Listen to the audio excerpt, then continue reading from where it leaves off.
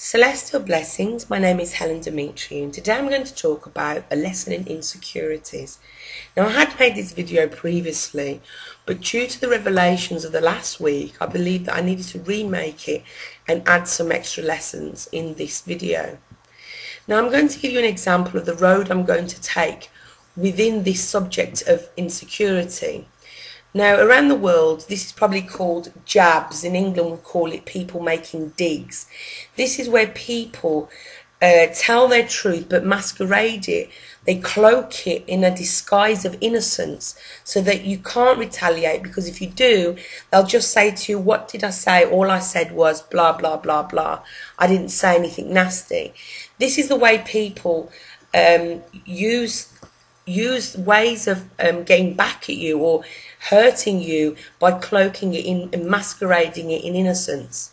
Now, I'm going to give you some examples, and I'll use myself as an example in some of these examples because I always teach by example. I'm not saying this because it really bothers me that much. I'm using it as an example because it's been a lesson for me, and it'll also, I believe, be a lesson for you, or at least give you some ideas on your path when it comes to securities, insecurities, self-confidence, etc. Now, I have a group on Facebook, Angel Craft Healing Therapy, and I have over 1,000 members.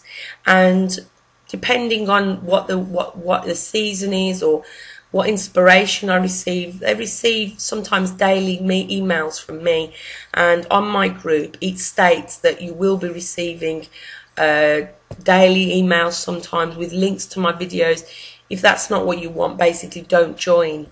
Anyway, I received an email a few days ago from a lady that she told me that she didn't understand why she was still receiving emails from me, considering that she had deleted me from her friends' contacts because she doesn't want to receive my visions and my beliefs.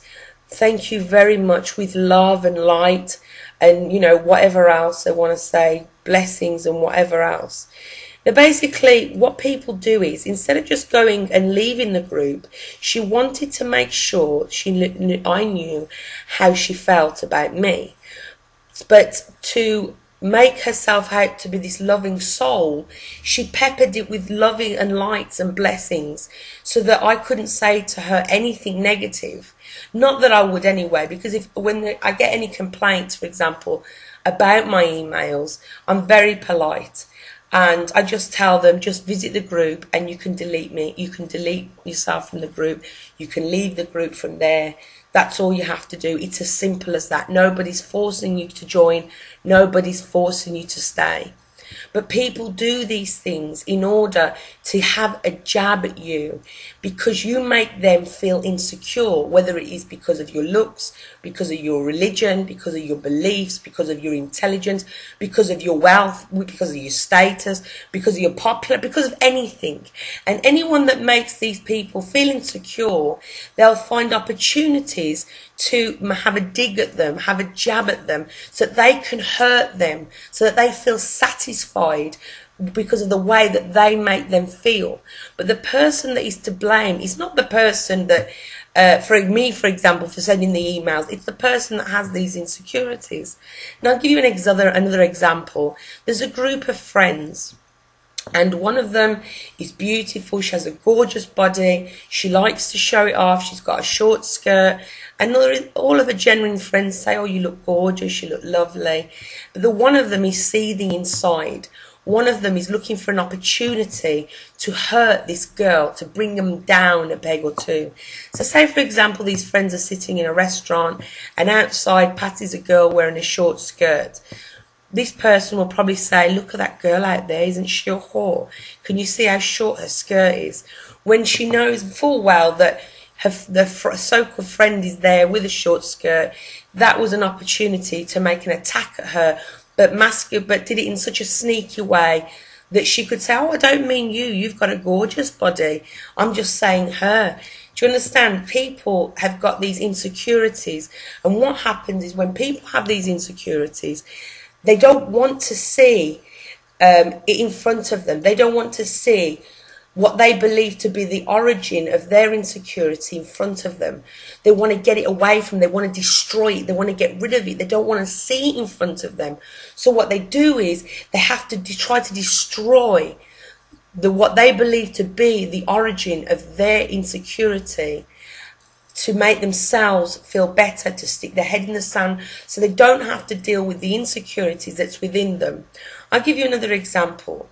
I always get these snide remarks now and then on Facebook. I get plenty on YouTube, and I get them in real life or whatever. I get people telling me that I'll use my eyeshadow, for example. Why do you wear that colour eyeshadow?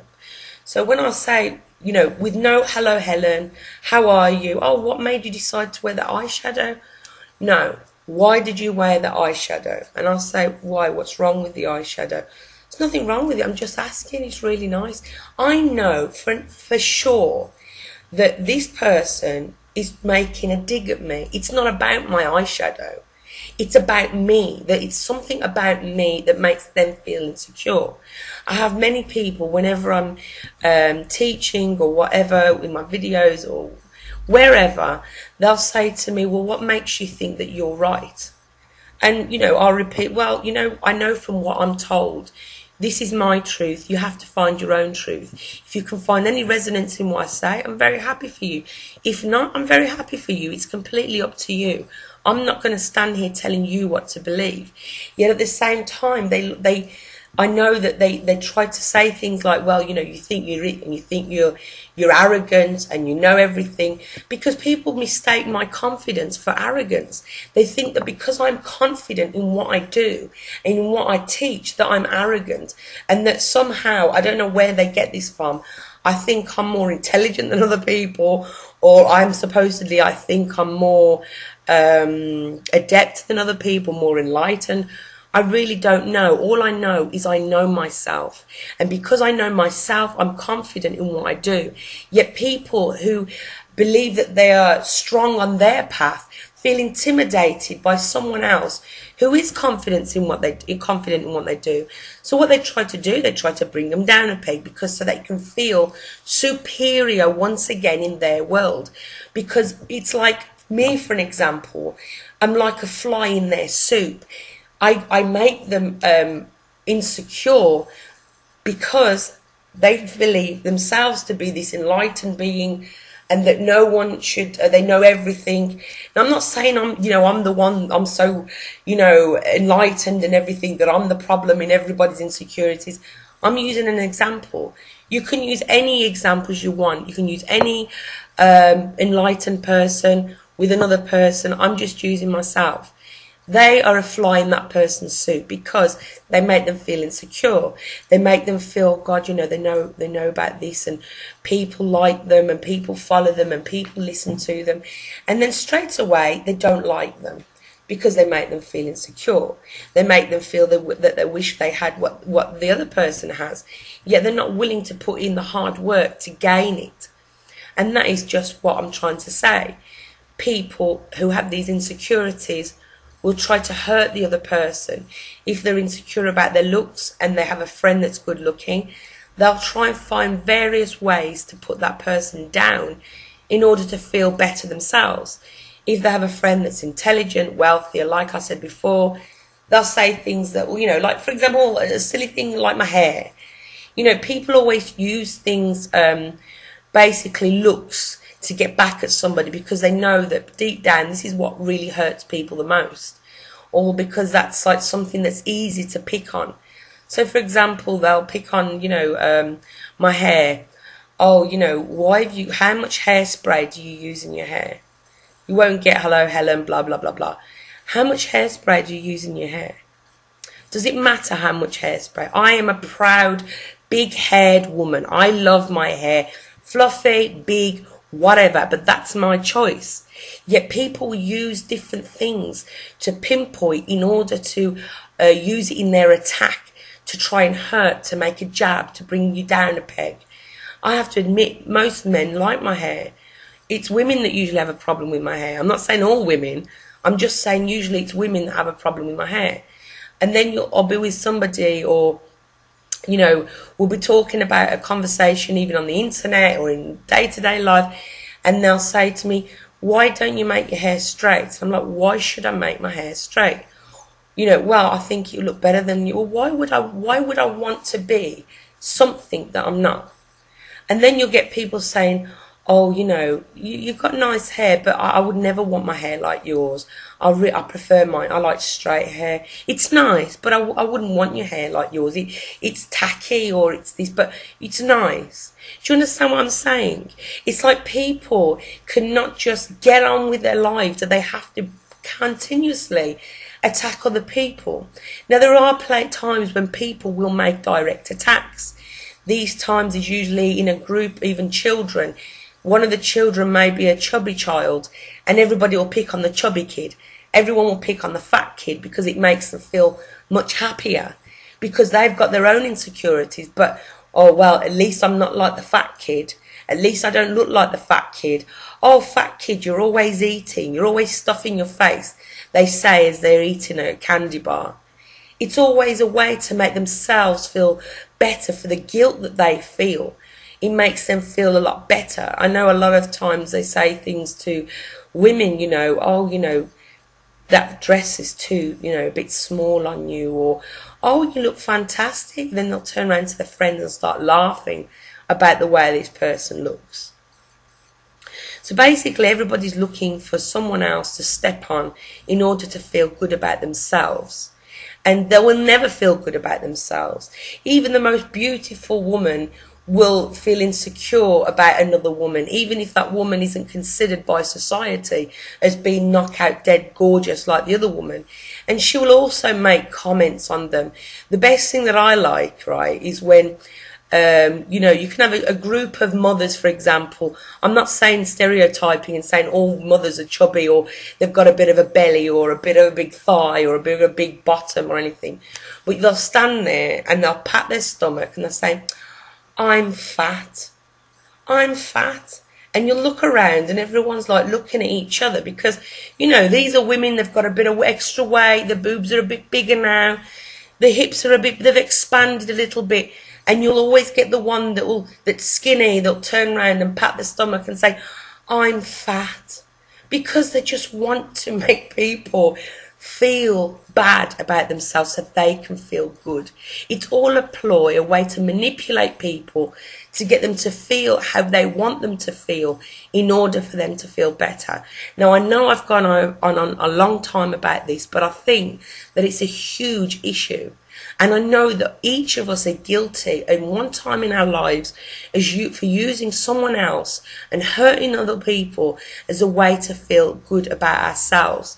But this is only a masquerade.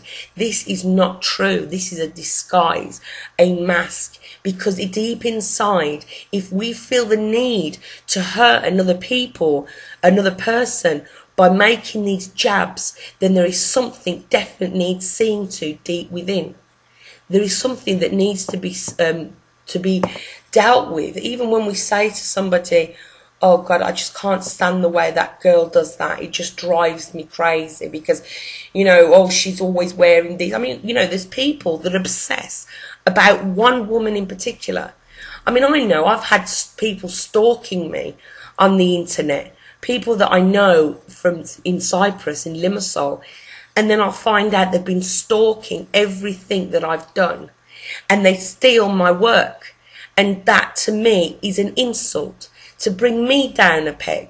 And they'll go behind my back and they'll say to people, oh, you know, I know Helen Demetriou.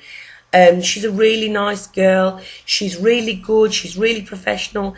And the other woman will say, yes, she is. But, you know, she practices black magic. Don't go to her. She's a witch, she's evil, she does this and she does that, but she calls herself an angel worker. You know what I mean? Or somebody would say to me, I remember I used to be working with somebody, and I don't care if they listen because I know they stalk me. They told me that to make me hurt, because they did feel insecure, they said, these women said that they thought you was a witch. Because you see, over here, if anyone calls someone a witch, it means that they practice black magic and everyone wants to stay away from them. And it was just to bring me down a peg or two. So if you're doing things like this in your life, step back and say, well, look, it's not the other person that's to blame. It's me that's to blame, and I need to sort out my insecurities. Well, thank you for listening. It's been a long video. Have a fantastic day. Blessings and love. Bye-bye.